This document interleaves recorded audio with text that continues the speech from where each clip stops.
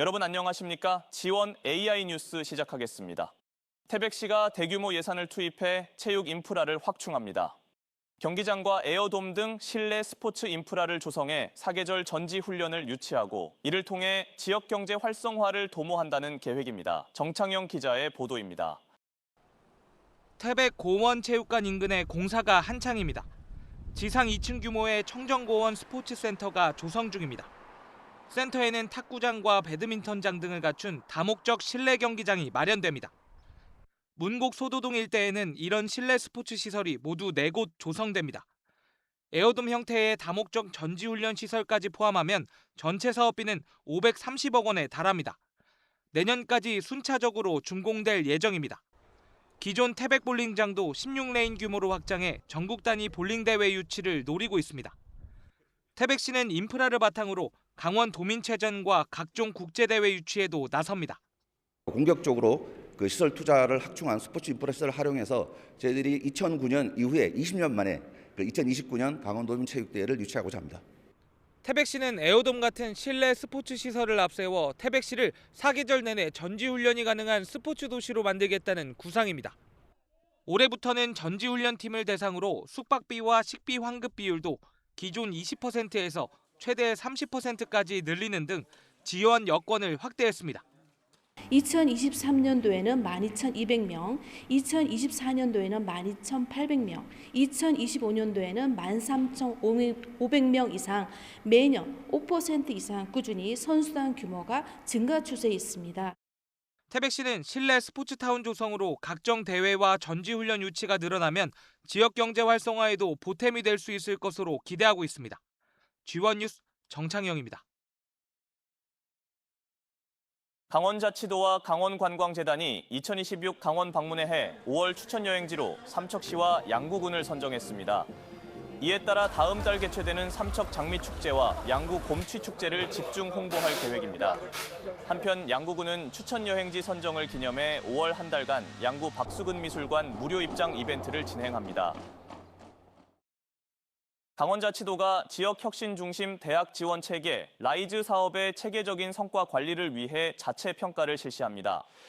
다음 달 18일부터 22일까지 닷새간 도내 15개 수행대학을 대상으로 성과 지표 달성도와 사업 추진 체계, 성과 확산 노력 등을 평가합니다.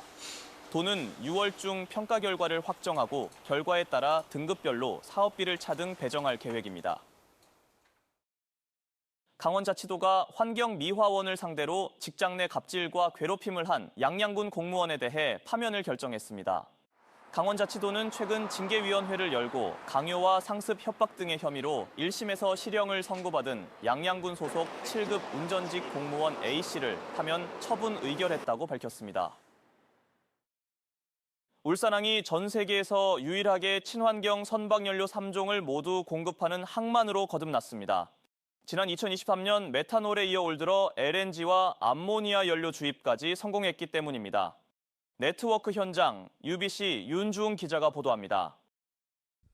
울산 본항 이부두에 중형 가스 운반선이 정박해 있습니다.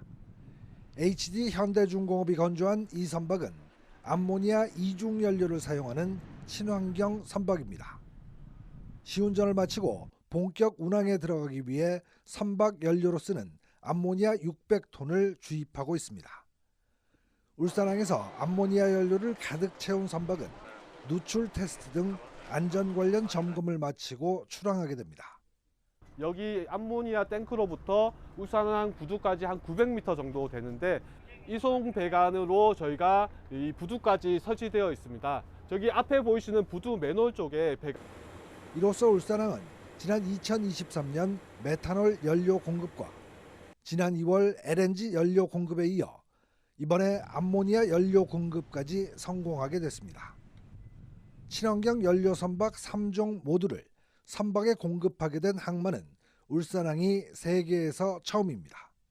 인근에 중화학 암모니아 산업단지가 있고 또 세계적인 조선소가 있기 때문에 충분히 암모니아 허브항만으로서 우리 울산항이 경쟁력을 갖고 있다고 정부는 판단하고 있습니다. 환경 규제로 친환경 선박 발주가 급증하는 만큼 친환경 선박에 연료를 공급하는 인프라는 필수 요건입니다. 이번 암모니아 벙커링 성공은 울산항이 친환경 선박 연료를 공급하는 세계적 거점 항만으로 성장하는 발판을 만들었다는 평가입니다. UBC 뉴스 윤중입니다. 강원FC가 FC서울에게 패하면서 23경기 연속 강릉 무패 행진을 마감했습니다. 강원은 오늘 강릉 종합운동장에서 열린 하나은행 K리그1 2026 10라운드 서울과의 홈경기에서 1대2로 졌습니다. 3승 4무 3패를 기록 중인 강원은 다음 달 2일 오후 4시 반 인천 축구 전용 경기장에서 인천 유나이티드와 11라운드를 치릅니다. 춘천 효자종합사회복지관과 강원사회복지공동모금회가 기획사업으로 마련한 초록지구의 날 축제가 오늘 춘천시청 광장에서 열렸습니다. 행사에서는 춘천 지역 초등학생 대상 어린이 환경사랑 그림 공모전 시상식과 수상작품 전시회가 마련됐습니다. 또 ESG 체험존과 플리마켓존, 아나바다 장터 등 다양한 부대 행사도 열려 호응을 얻었습니다. 삼척시가 보건소와 읍면보건지소에 공중보건의사를 신규 배치했습니다.